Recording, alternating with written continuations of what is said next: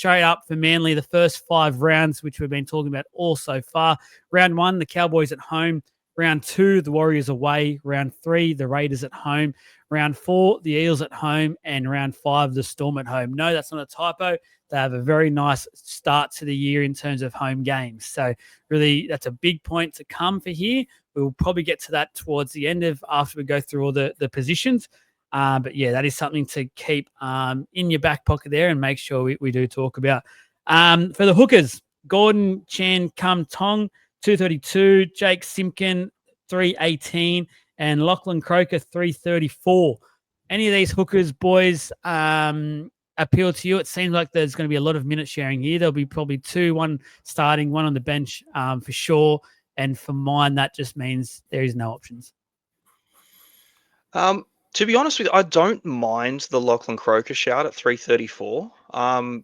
Look, he had a pretty rough year last year. He had that injury. It was concussion, wasn't he? He was having really long-term concussion symptoms. So in the end, it did come back. It's just really low. Like the price is really low for him. He hasn't had a great deal of output. No, he averaged 34 in 14 games, so it wasn't fantastic. But look, if he's going to be an 80-minute or 60-odd minute hooker, which you expect probably Chen Kum Tong to have a bench spot, I don't think Simpkin's going to be too much in the mix of it all. He could go up, but I don't see a great deal of upside in him. I don't think he's got like that sort of flair about his game. It's very meat and potatoes. So, look, it's a low price. We're talking about the Mamazelis and the Sandon Smiths and Starlings and that sort of thing around the similar price point. He's right in the mix for it all. And with probably more established minutes than the others at the moment anyway. So, yeah, like it's pretty low risk, to be fair, as a backup hooker. I would say I probably wouldn't rely on him, but yeah, the other two, unless there's some pretty catastrophic injuries, I probably wouldn't look that way. Trav?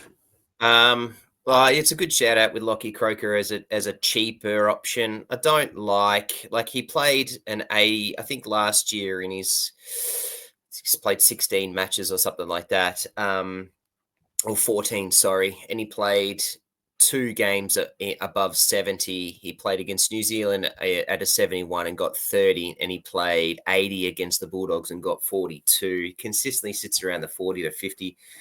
His points per average is about 0.5 to 0.4. It doesn't scream to me like I want to have him. I think there's some better options, Mamazelis, etc., that we'll talk about as we go through. The people are all over.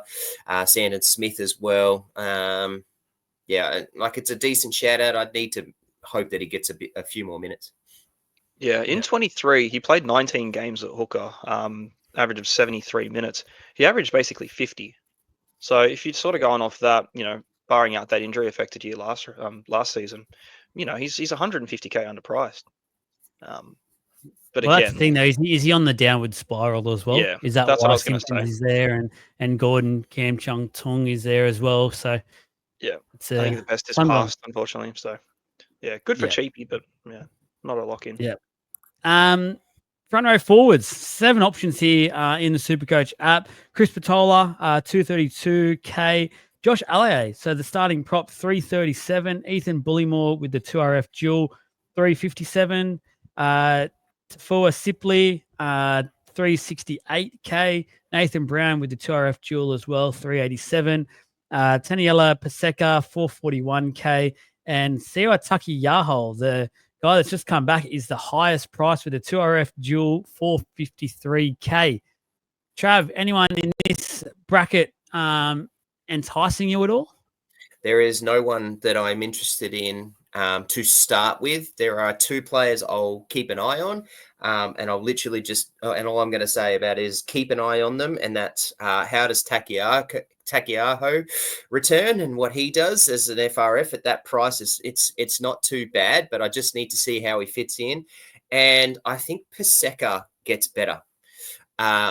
But how much better, I don't know. 45 average last year is a good average. I think he pushes that up. And at that price of 441, that's pretty nice. I'm keen to just watch and see him, though. But, yeah, that's about all I'm interested in with the Manly FRFs. What do you got for us, Jesse? Anything different? Not really, to be fair. I'm not super keen on any of them, actually. I don't really think they I think they all just dip into each other too many minutes to spread around. There's just not enough. Not enough upside in all of them, really. I don't think Takiaho, unless he plummets in price for a little while, and he could be a handy pickup down the line, like you mentioned. There's no one that's screaming out to me as any good value or even worth starting with at this stage. Absolutely agree. They're the professionals, but I agree for sure.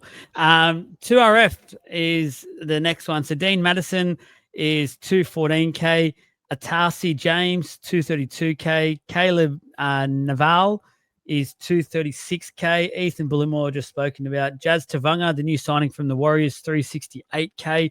Don't they wish they probably had him right now after the news of Tohu at the start of the week. Michael Cheekham, centre wing dual, 374K. Mentioned Nathan Brown already. Ben Jabojevic, potentially back on the radar. Centre wing dual as well, 419K. Already mentioned Takiyaho. Jake Jabojevic, 503K. And the big dog of the group, Hamole Olakawatu, 665K.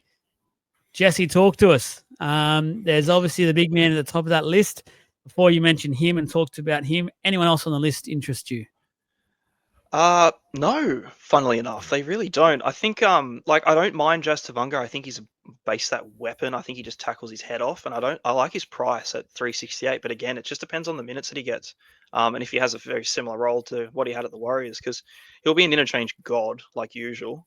It's just how do they utilize him and where does he come in and do what he can do. But look, I'm always a fan of him, and if he does get a start, his points per minute are through the roof. But that's something that we'll have to look into down the line. Burbo, probably a bit too pricey for what we saw last year out of him.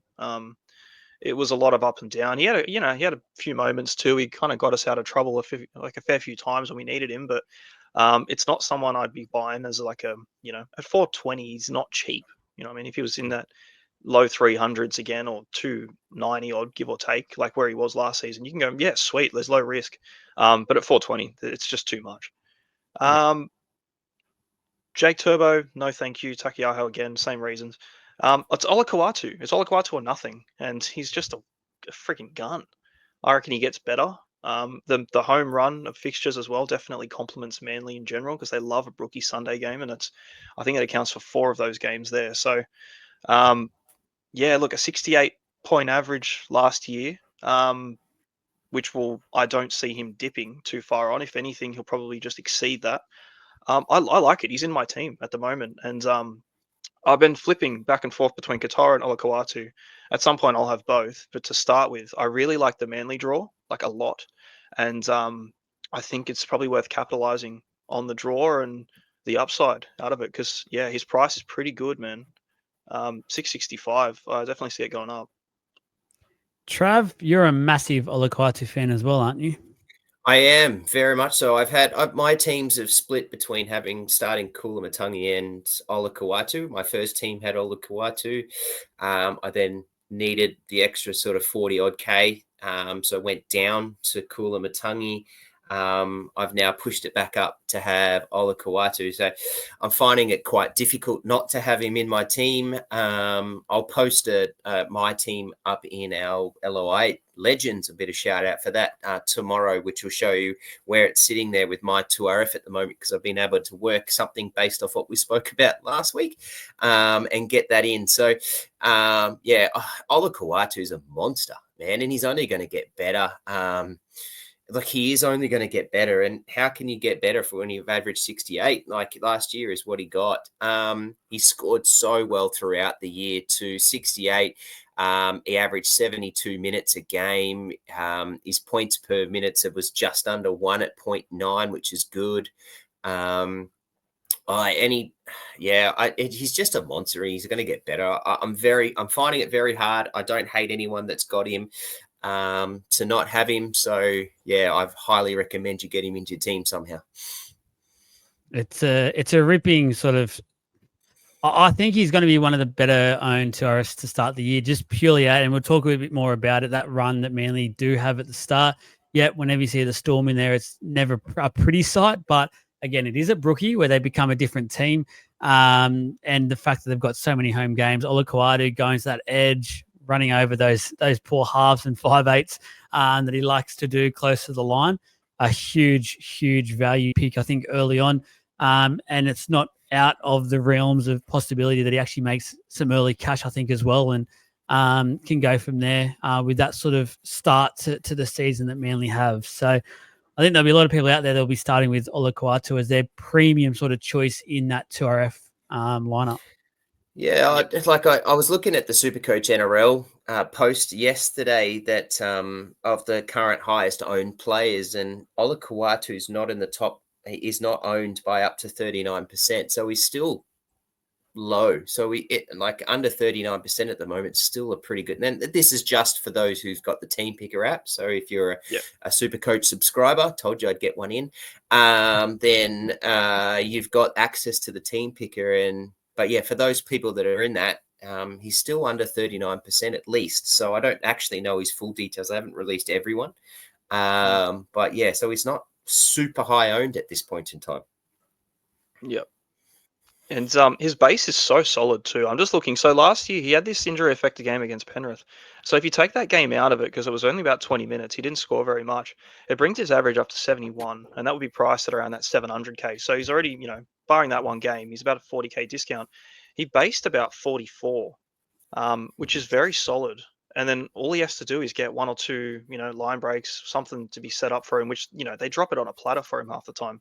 And then there's his 70. It happens very quickly. So just with the base, I'm very, I'm leaning more into like those high base guys to start with. Obviously, we've spoken about the higher defensive output. The attack sort of comes later in the year, so you get the good base guys that have the upside, and he fits the bill for everything. Like I really can't see a reason to not go for Olakau'atu to start. When you look at his output, the side looks good, the draw looks good, like everything's just sort of aligning. So yeah, heavy on the Manly boys. We will see. And this could also work in nicely with the next sort of man we'll talk about. So halfback, got a nice little 198 cheapie there in Joey Walsh. Not too sure we'll see much of our young Joey there, but Jacob Arthur's next in line at 232 and Daly Cherry Evans, 646K. Well, he's in our talking points. The DC pod value, 76.7 average in 8 home games. So we've spoken about it already a couple of times. Trav, I'll throw to you now. Cherry Evans, talk to us. How much are you currently looking at having Cherry Evans in your team? I've done it. I've done what I said not to do. He is in my team now. I've gone off Cleary only because the price difference between him and Cleary is just so good that I can play with it so much. The extra price difference let me get to that 600k range, and where I was able to get Pappy, and I've currently now taken Iongi out of my flex and put Pappy into my flex just off that move. With a little bit of extra cash. So I'm currently running now a three fullback with two fullbacks and a third in the flex role, just because I've been able to put him down. I'm really excited about him. Jesse's got those numbers up, the 76.7 average in 8 home games in 2024. And he's about to play 4 in the first 5. I think the Cowboys are still defensively vulnerable. I think the Warriors, you just never know what's going to happen there. The Raiders are still young and vulnerable. The Eels definitely. And the Storm's the hardest game out of those 5. But, Manly notoriously have been able to score pretty well against the Storm and do okay. So I'm not super concerned about that match at 4 Pines against the Storm. So, yeah, I'm really keen. And the amount of money that frees up to be able to do so much more, I think just is screaming to me to get him in. Do you know off the top of your head how much the money is, just for those that don't have the app yet? Between Cleary and Cherry Evans. So Cleary's 811, Cherry Evans is 647. Quick math. 160. Wow. 170. 170. There you go. Yeah, that's a lot. That's significant enough. Like you're not just dropping 30k going down from Cleary. Like you're banking enough to really make changes in your side, and it's kind of worth it, I reckon, in the beginning. And even that Manly game, the Storm game that they have, he scored 70 against them last year. And then going back just the last couple of years that he's played against the Storm, in the last 4 games against the Storm, 70, 47, 104, 118. So he knows how to put a big score on Melbourne. So I wouldn't deter that either. Like that's not a bad thing at all. I'm very tempted. We had a discussion earlier today about it, and I started humoring a bit more. Again, like I spoke about it last week with the Panthers pod. I wasn't 100% committed to the Cleary start, and yeah, when I start to look into the stats on these sort of things, on how these teams start, their run that they have, their price point, it kind of makes it a bit clearer to not start with the chin. You know, like eventually you want him, but with the chin. God, there's some good value, man. There's some good value in Cherry Evans at the moment for sure. There is. It's, I guess like the it. different. Yeah. Oh no, go Joel. Sorry. No, go. I guess the thing is, like, it's Cleary, right? So you're quite comfortable to always chuck that captain on Cleary as a safety net, and because you just know what Cleary can do. Whereas DCE does have a flaw, but we're going by averages, and we're going by what he's been able to do, going by that draw, and then going by the just under 170,000 that you can save to put elsewhere. Yeah, it just screams value to me, and then. And you've got these first 5 rounds to have a look and see. Round 6, Manly then have the Sharks over in Perth. So it's not even a Sharks, like it's a Sharks home game, but it's not. It's in Perth. Then they're back at 4 Pines against the Dragons, and then they've got Penrith and then the bye. So you've got 8 rounds to have a really good look at this and let it go. And see what's going to. I just don't see Cherry Evans losing money. If anything, he stays reasonably, plateau. If not, makes a bit of money. So I don't. It screams to me like a really good safety net that really can't have much go wrong, other than an injury affect a game or something like that. The HIA or something where he gets a really low score, and then that stuffs you right up. Yeah, I'd be pretty well happy to just like run with Cherry Evans to start for 7 rounds, and then come that Panthers game, just flip him to Cleary, because he's probably going to score quite low against Penrith, and they got to buy the week after. Yep. So you get out of that, like you get the sting out of the first 7 rounds where everything's pretty structured, and then that's your ticket, providing he doesn't lose cash. But again, I can't see him averaging less than 60 in the first 7 And rounds. there's also a bit of a spanner to come into the works here, because he hasn't mentioned anything yet. But he could be retiring from Origin effective immediately, or at least for obviously next year that'll matter. But if it's this year, he could then become a realistic option in that Origin period as well, where he's versing teams that are under strength, and we all know his capabilities. And if it potentially could be then turning into his last year as well, there's a lot riding on it, and he's still a hell of a player. Like, he's still, for mine, one of the better halfbacks and playmakers in this competition by a long way. So he could be a huge player this year in Supercoach throughout majority of the year, because we all know he has a good little run home often as well. So it could be a really big year where a lot of teams have Cherry Evans at some point of the year. Then again, draft-wise, he could be a good pick fairly early, or he could be picked up early on in a few drafts. What I haven't done, and something that I wouldn't mind doing, is having a look at Cherry Evans when he's got all his weapons, and then what Cherry Evans does when he doesn't have his weapons. Because throughout Cherry Evans' career, he's been avid particularly in the last few years, he's had to manage Turbo injuries, Olakau'atu injuries, Garrick not playing. Like, he's had to manage a lot of his guns and injuries, and what he does. Something that we might do a bit of a stat deep dive over the next week or two, guys, and put some posts out there, because it'd be interesting to see, seeing as the DCE value is becoming much bigger. It's just when Manly get the wheels turning and they start to get a bit of a roll on, and they sweep teams when they're flying, because they don't just win by 6. You know what I mean? Like, when they're rolling and Turbo's on, Garrick's on, like they win by 30. And there's really 4 guys that excel in there. It's Cherry Evans, Garrick, Turbo, and Olakau'atu most of the time, and they're the boys that steamroll. So when one guy gets going, the 4 of them tend to score quite well. So, and that's what I mean. Like, it's one of those things. How many can you have? I think to start, I think you can have friggin' all of them, and they're definitely worth what they're weight in gold to start with anyway. So, yeah, I think they all play well together, and they all just score well. So. And that's the big thing when they're doing those carve-up games, traditionally at Brookie as well. Kerry Evans is always finding the way to the line one or two times where he's just under the sticks every time, booting the ball into the crowd. We all know the scenes that he always does. So he just always can almost give him at least 2 tries in those sorts of games. And they're the games you want to have him. So 5'8". I think move on to Lukey Brooks, the sole player option here, 529K.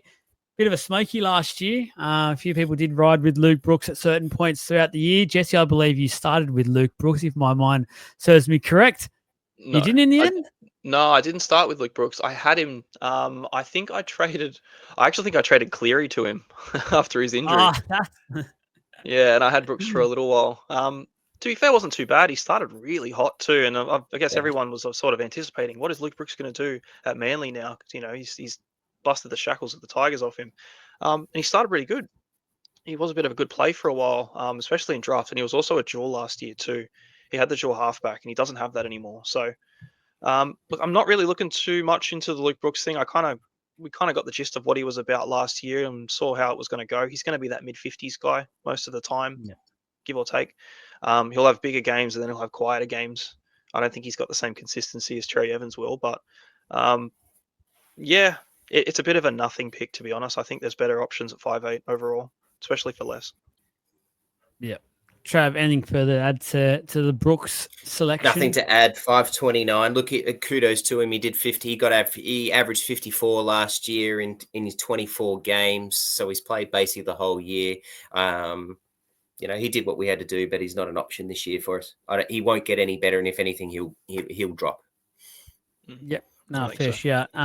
CTWs for Manly. This will be a nice little chat here because there's a few potential options. And as we've already said, if they do get on a run at times, then there's some definite options here become very much you look at it with those love heart eyes and go, come on into my team, please. He's got to time the run right.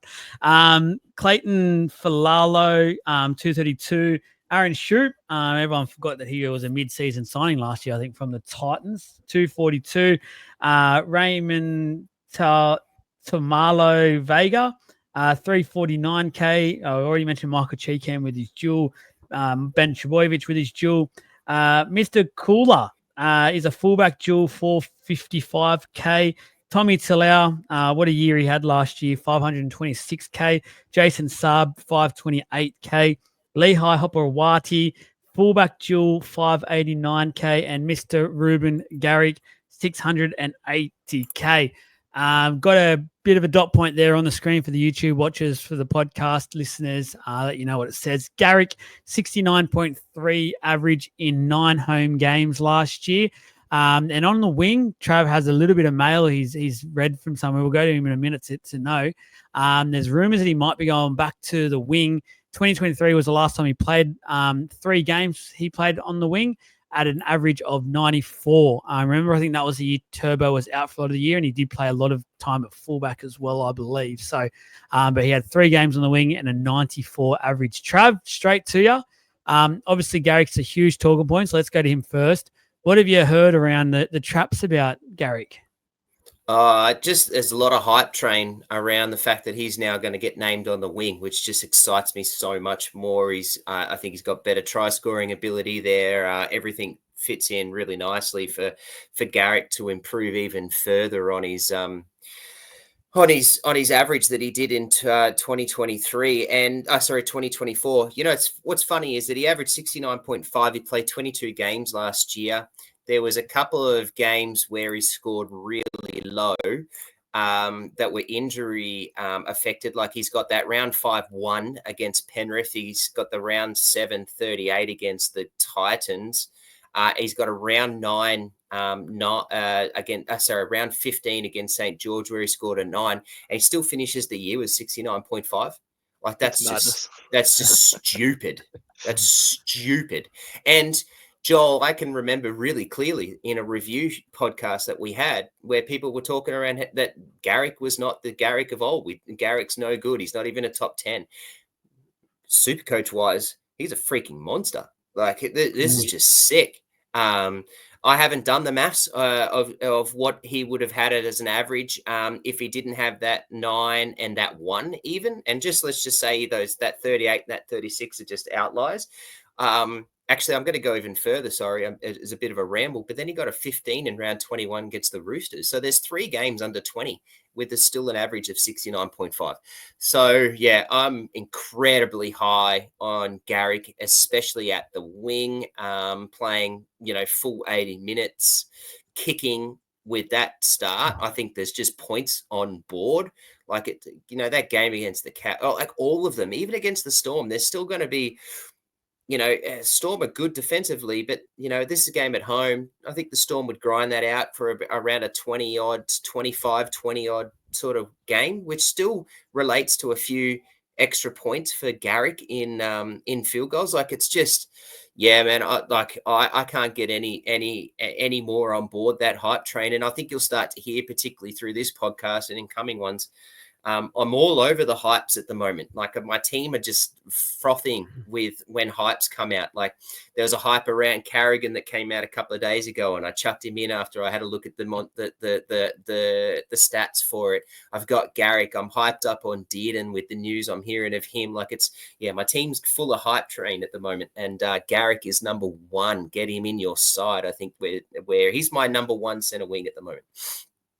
Travis all hyped. Just he's the hype man. He's hyped. You've got him hyped. If we mention hype anymore, I think we might get the podcast shut down. But that might be the headline hype. You're absolutely spot on though. With that run, if it's on the wing, honestly, he probably becomes the most popular and the one guy I'm so keen about and can't envision myself not starting this year. There's a guy coming up we're going to talk about, but if Garrick is confirmed on the wing, I think he overtakes him. That's insane if he ends up on the wing. Jesse? Yeah, so I actually went and just dropped up those games that you didn't like there, Trav. I just binned him, saw what his average will be. 79.2 without those 3 low-scoring games, which he got just knocked out cold in. So they're That's not if you games put that it to a 0, yeah? Is that how you did it? I've just binned him. Those games are gone Yep. out of the list. Yep. Yeah, he averaged 79.2. And he's traditionally averaged more than 70. Like, he averaged 70 in 23, averaged 70 in 22, averaged 87.5 in 21. And that was a year that Turbo averaged like 140 or something ridiculous. So he has it, you know what I mean? Like, he's just got it in him. He can do it. If he goes to the wing, I think those 3 games as well are at Brookvale as well, specifically just looking at the Brookvale fixtures. So, look, he kicks. He's got the upside. We know what he can do on the wing. He's just a lock-in Supercoach center wing royalty. Yeah, and for that price too, we're talking about so many more guys more expensive than him. He's not even 650. And we're going to be jumping at the seams to get this bloke in our team as soon as he scores that first ton. We're like, why don't we have Garrick? Yeah, so he's 680K. I think but here, as you said, as a 79.2, with those 3 games disappear, that he'd be priced at 774.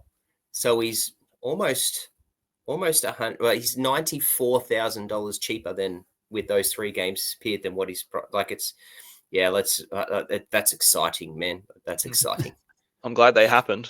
I'll take the discount. Yeah, I think what everyone can take out of this is that we're all super keen on Garrick at wing, and everyone probably should be. In saying that, he's hogged a lot of the limelight, and rightly so by those numbers. Jesse, is there anyone else in this Manly list that we haven't mentioned already with their duels, but the Saabs, the Talaus, the Hopowatis, anyone sticking out that you're going, maybe? Yeah, there is. And it's more so about the structure of the backline now. Like, if the plan is for moving Garrick out to the wing, then what happens to the rest of the side? Because as far as it went, they were looked pretty well set into their positions. Yeah. And the one that was the one that missed out, unfortunately, was Lehigh Hopewadi.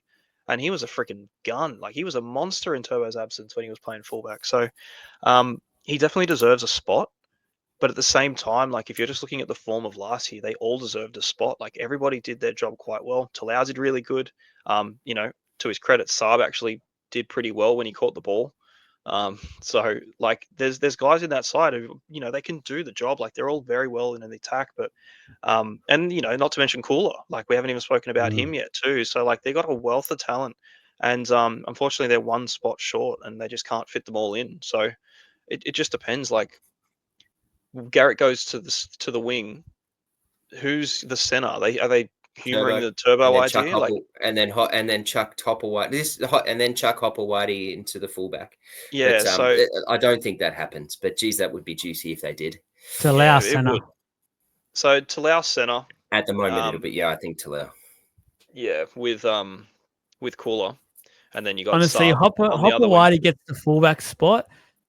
He'll be almost a lock at centre CTW for so many Oh, people. It'd be hands- ridiculous. Well, he's got the dual now. So last year that's we missed out on Hopper Whitey because of he was only fullback and scored pretty well. This year you've now got him as dual. So yeah, it's definitely a watch and see for him. There's some big space. I think Turbo is still at centre would be still huge as well to fix that problem. Oh God, that much money spent in your centers, Turbo Dual would be the best thing to ever happen. So yeah, it just depends. Like who's the fullback, and whoever it is, I'm very keen on them. Regardless if it's Hopewadi or if it's Turbo, like I don't care, to be honest with you. They're both great.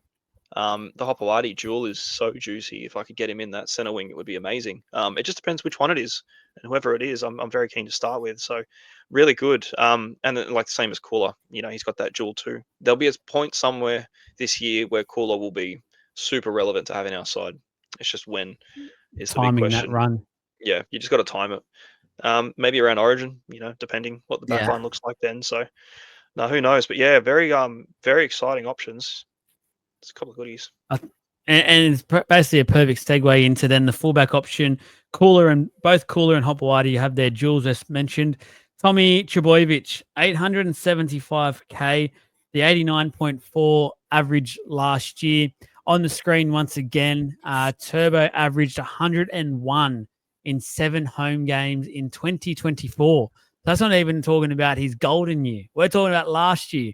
101 in 7 home games is insane. Once again, we keep saying it, but these home numbers speak for themselves, I feel like. And Trav, Turbo, it's almost looking too good to be true. Yeah, so thanks to Jesse for the stat dive that he's done there with the 7 home games on that average of 101. Guys, you're blessed to have a dude like Jesse giving you some numbers. It's I don't even know what to say, really. It's such a hard one because he's 875k. The numbers are just so high. He's got such a good run early. I don't have him in my team because I can't afford it. I can't afford it. But geez, it's one of those ones where, like, over the last couple of years, if you didn't have David Fafita, everyone was hiding behind their couch, kind of looking up, going, "Oh, geez, I hope he hasn't done it." Like, this is one of those moments, right, where I'm sitting there going, "Oh, I don't have Turbo," and I'm just peeking above the couch, and every time he touches it, I'm like, "No!" and I dive and I hide and hope he doesn't. Like, it's going to be one of those ones. It's going to be because I can't afford him. I just can't afford with the way that I've built my team to have him. But God, if you can and you've got him, this is just the numbers just scream God material. My hope is that he doesn't early and I can get him because I really want to. But get him in your team. Do what you can. Get him in your team. Jesse, you had a good look at this. You ran the numbers. Talk to us. Are you starting with Turbo? I'm finding every way I can to get him in my side to start with. Yeah, I think it's one of those things. I'm not gonna build my side around and then see what fullback I can afford. I think it's put him in there first and then see what team you can afford around him. He's the hardest death ride you'll do in Supercoach if you don't have him. Trav put it perfectly. I mean, every time I watched the game, I didn't have Turbo on my side, and realistically, whoever you're playing in your head-to-head probably does have him. And that's the scariest part, is that you almost have to face him every week. I hated it. I freaking hated it. And in games where he was terrible, he was just lethargic. He was slow off the mark. He still averaged 90 in those games. Like, he was still banging out at least an 85 in a game where you're like, Turbo's done nothing. He's just been plodding along and he still almost hits 100. It's terrifying. So yeah, it's one of those things now. I think the more and more I look into it, the more I like seeing him in my side. I think I'm just going to try and work a way around it and make it happen. It could be that Cleary to Cherry Evans move that gives me the coin to go from like a Ponga up, because it's not far off the mark. So there's definitely ways to do it, and I don't think you sacrifice anything. I think what you make up having Turbo on your side pretty much outweighs whatever you've had to do to get him. And then the argument always comes up around him and injury. Like he's so injury prone. You're going to have him for 10 games this year. It's like, well, they're going to be the best 10 games I have, and I'm going to love every 10 of them. So like I'm very keen to just like, it's one of those, you have him, you don't have to worry about it, and then if he does get injured, you just move him on to a Just Lehigh That's the Hawaii. thing. Just remind With me. the price, Sorry. Sorry, Travis. I was going to say, with the price point with that as well, if he does get injured, you don't get stuck because you're already paying almost premium dollar. You can literally just go down to almost any single fullback option that there is. Basically. Yeah. Did he play Origin? Did he play all 3 games of Origin last year? He played No. 2 because Best came in for the last one, I think. He Mm. was missing for the last one, I think. Okay, so he's. I think he played the first 2. Because he played 1, 2, 3, 4, 5, 6, 7, 8, 9, 10, and then didn't play till 18, then played 18, 19, 20, 21, 23, 24, 25, 26. He played 18 games. Missed 2 because of Origin. Obviously had the buys at the same time. That's a lot of games for Turbo, so maybe the injury thing isn't such a big concern. Yeah, and in those back-end games too, like he scored, he tons up 6 times. Round 19, 119, round 20, 174, 45, 121, 105, 158, 65. That 174, that 158, 111, 119. Like the only person who can do that is Turbo consistently. Like we saw Teddy do it quite a lot. You saw Ponga do it here and there. No one does it like Turbo. There's no one better in Supercoach when he's on than Tom Trbojevic, hands down. I'm just going to lay it out there flat as. Oh man, what a run! Like why not? Why not just bless yourself? Yeah, you basically. I don't think we could say it any more and much more highly. But Turbo is definitely. If you don't have him, you're trying to make a way to get him in. Yeah, you got rocks in your head.